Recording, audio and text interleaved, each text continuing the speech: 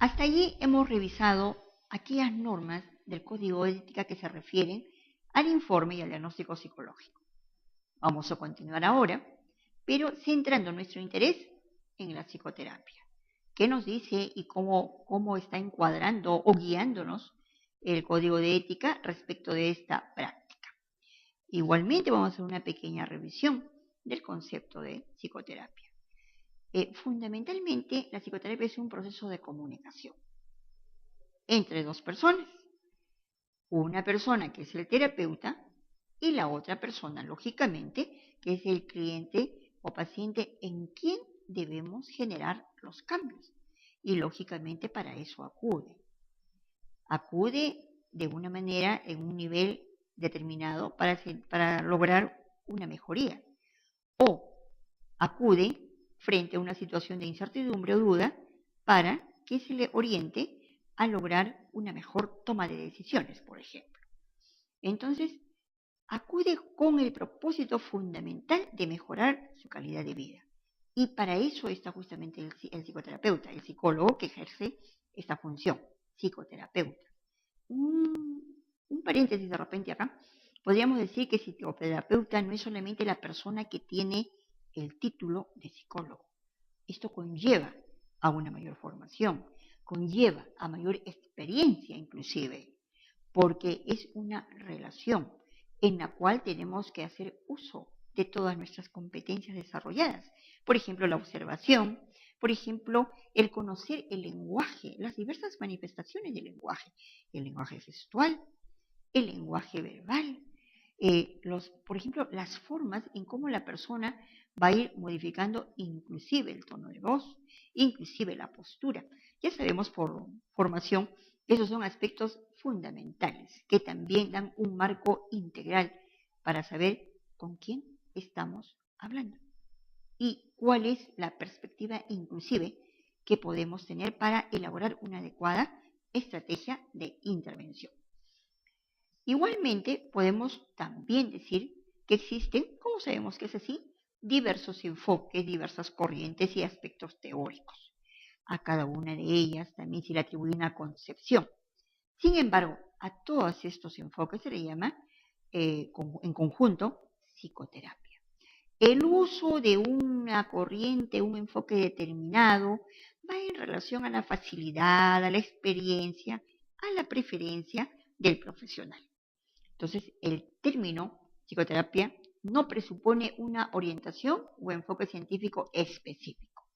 No, es autónomo y privativo del psicoterapeuta, que obviamente tiene que tener especialización en estas corrientes o posiciones para poder también adecuarlas de acuerdo a las características de la persona en quien se va a intervenir.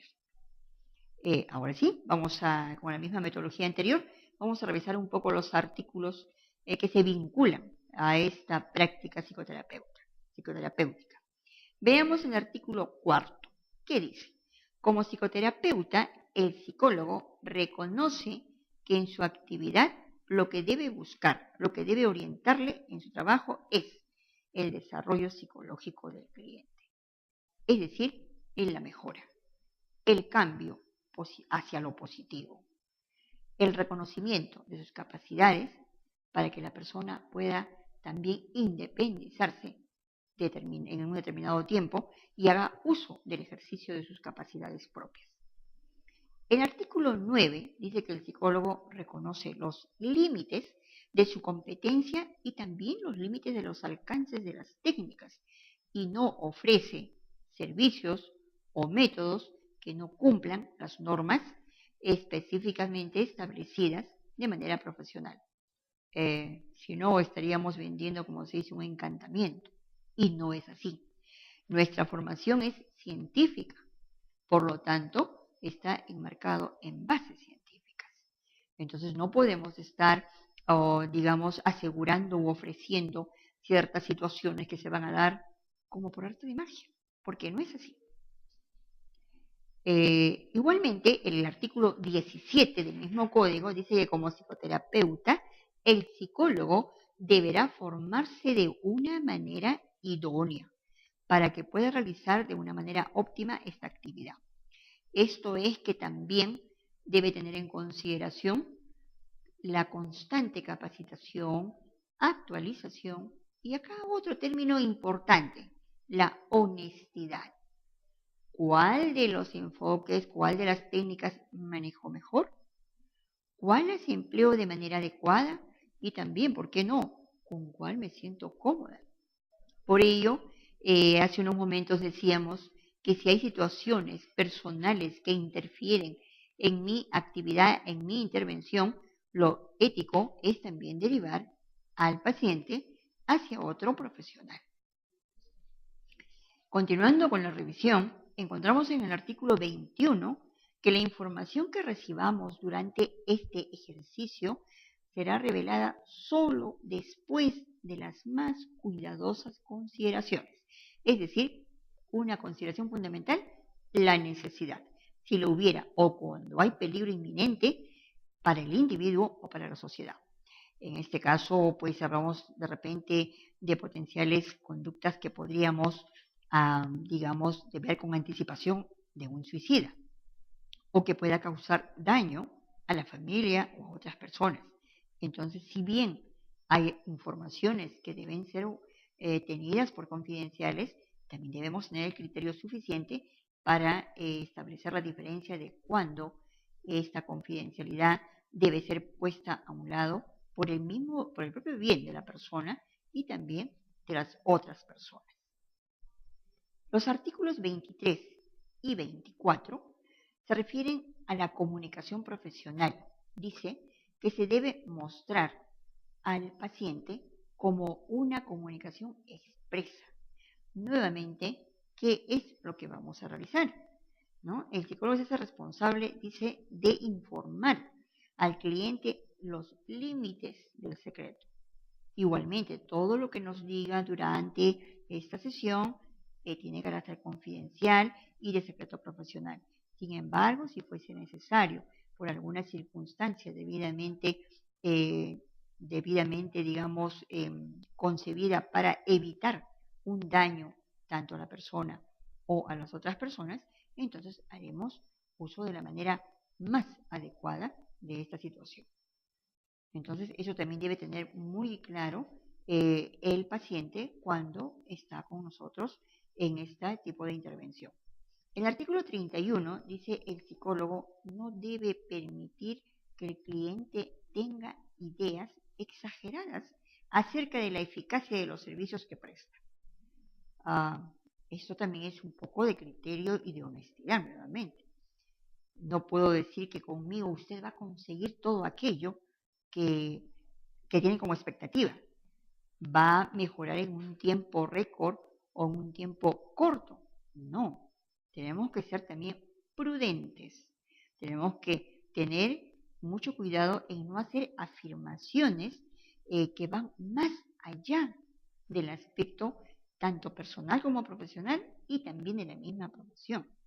Entonces, debemos tener también esa capacidad para tener la prudencia suficiente y no estar, podríamos decir, mintiendo o dándole la expectativa de algo que no es al cliente o al paciente.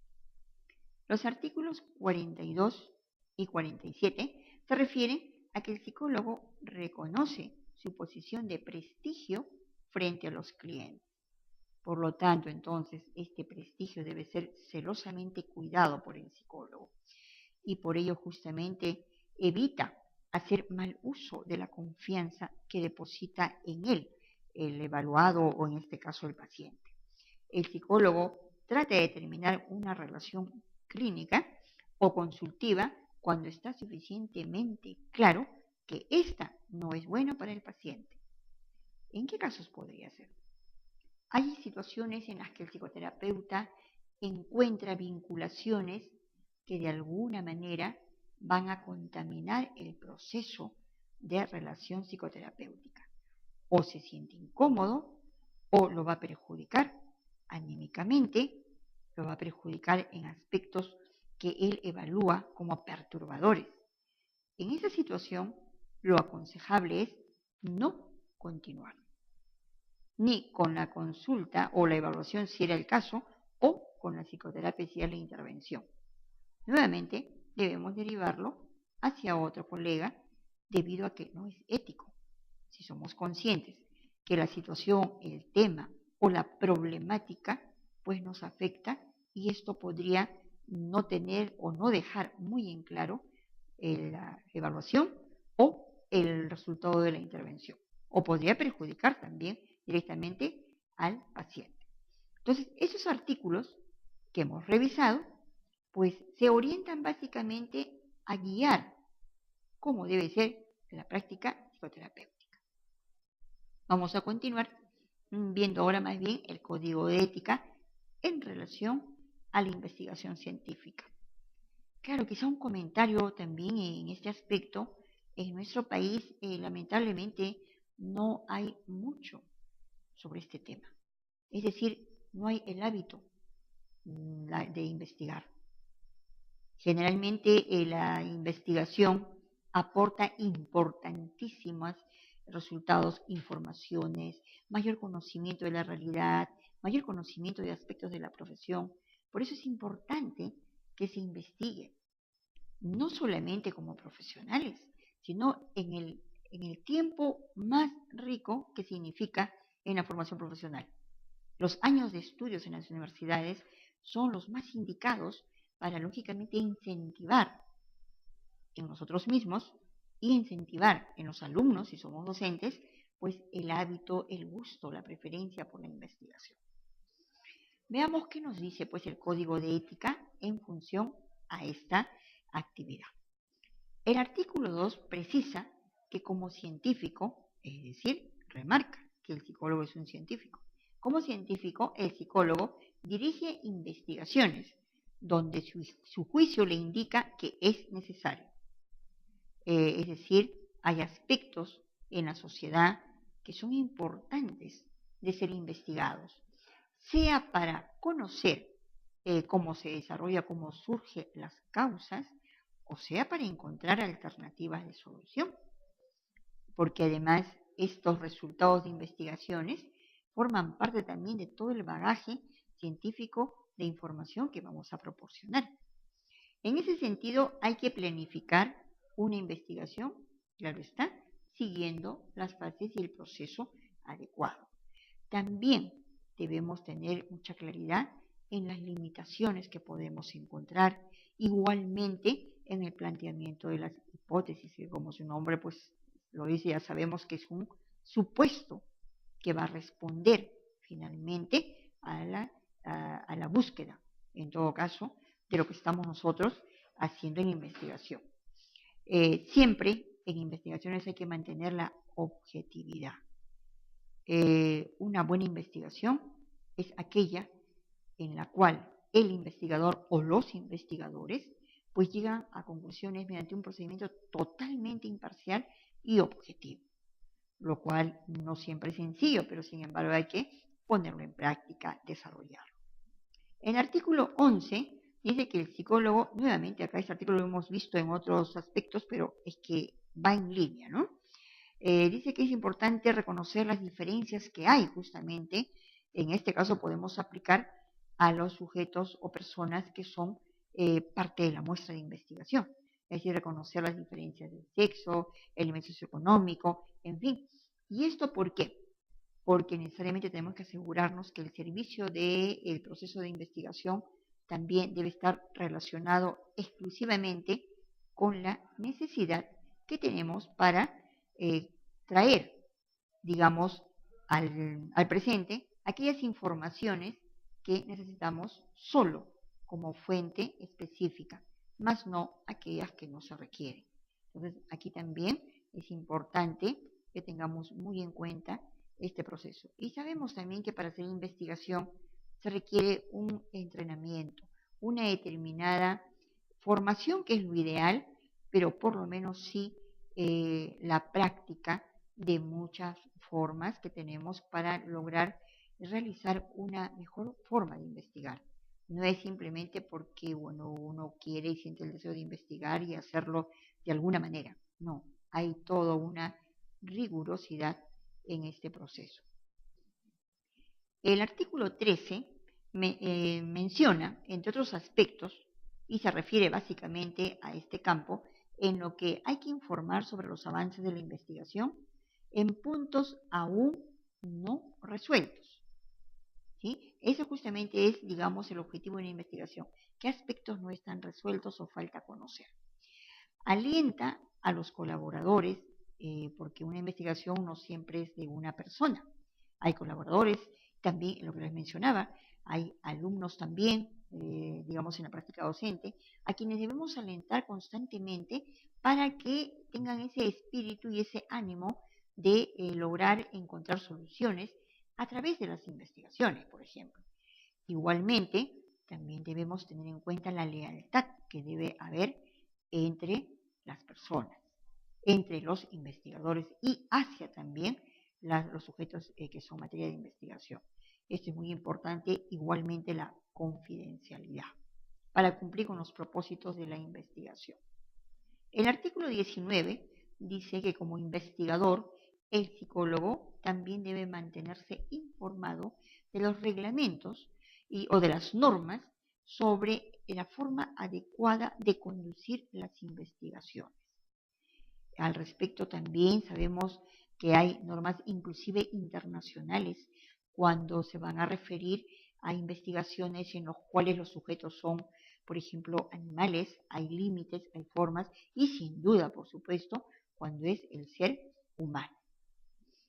El artículo 27 dice que tenemos que tener una actitud científica, es decir, una valoración hacia la investigación y el debido respeto también que hay por los límites del conocimiento que vamos a ir adquiriendo a través de las diversas, digamos, toma de información que hagamos de la evaluación, de la investigación.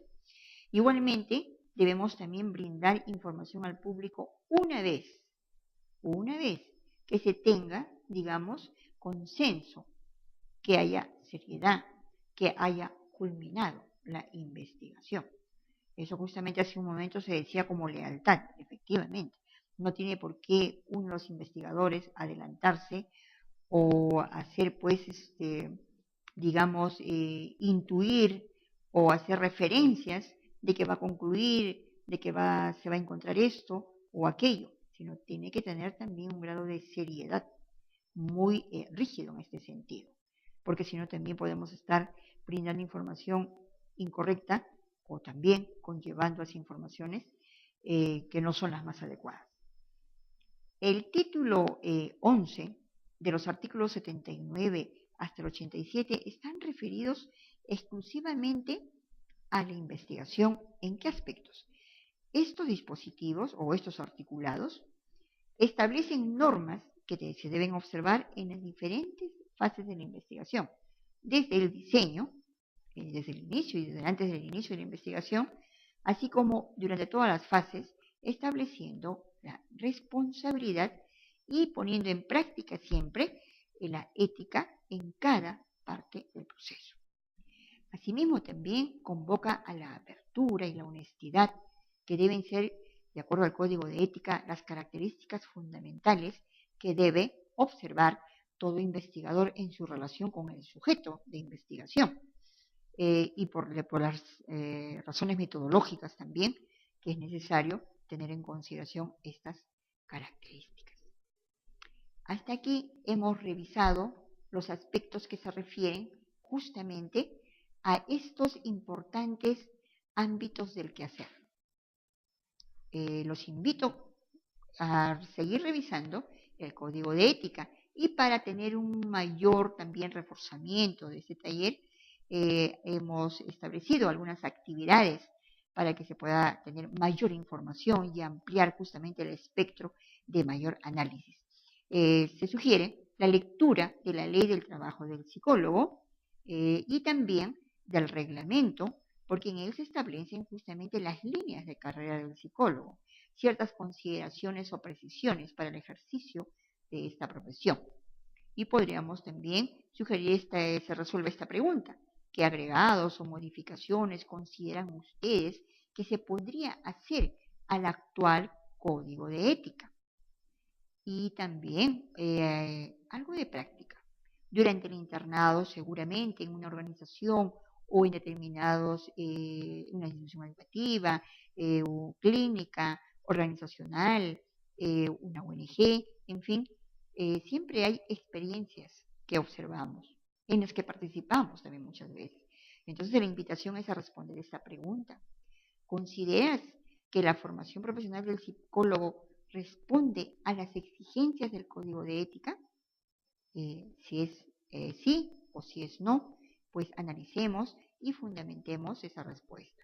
Las actividades tienen por finalidad, como les menciono, reforzar lo que estamos compartiendo en este importante taller. Muchas gracias y hasta otra próxima oportunidad.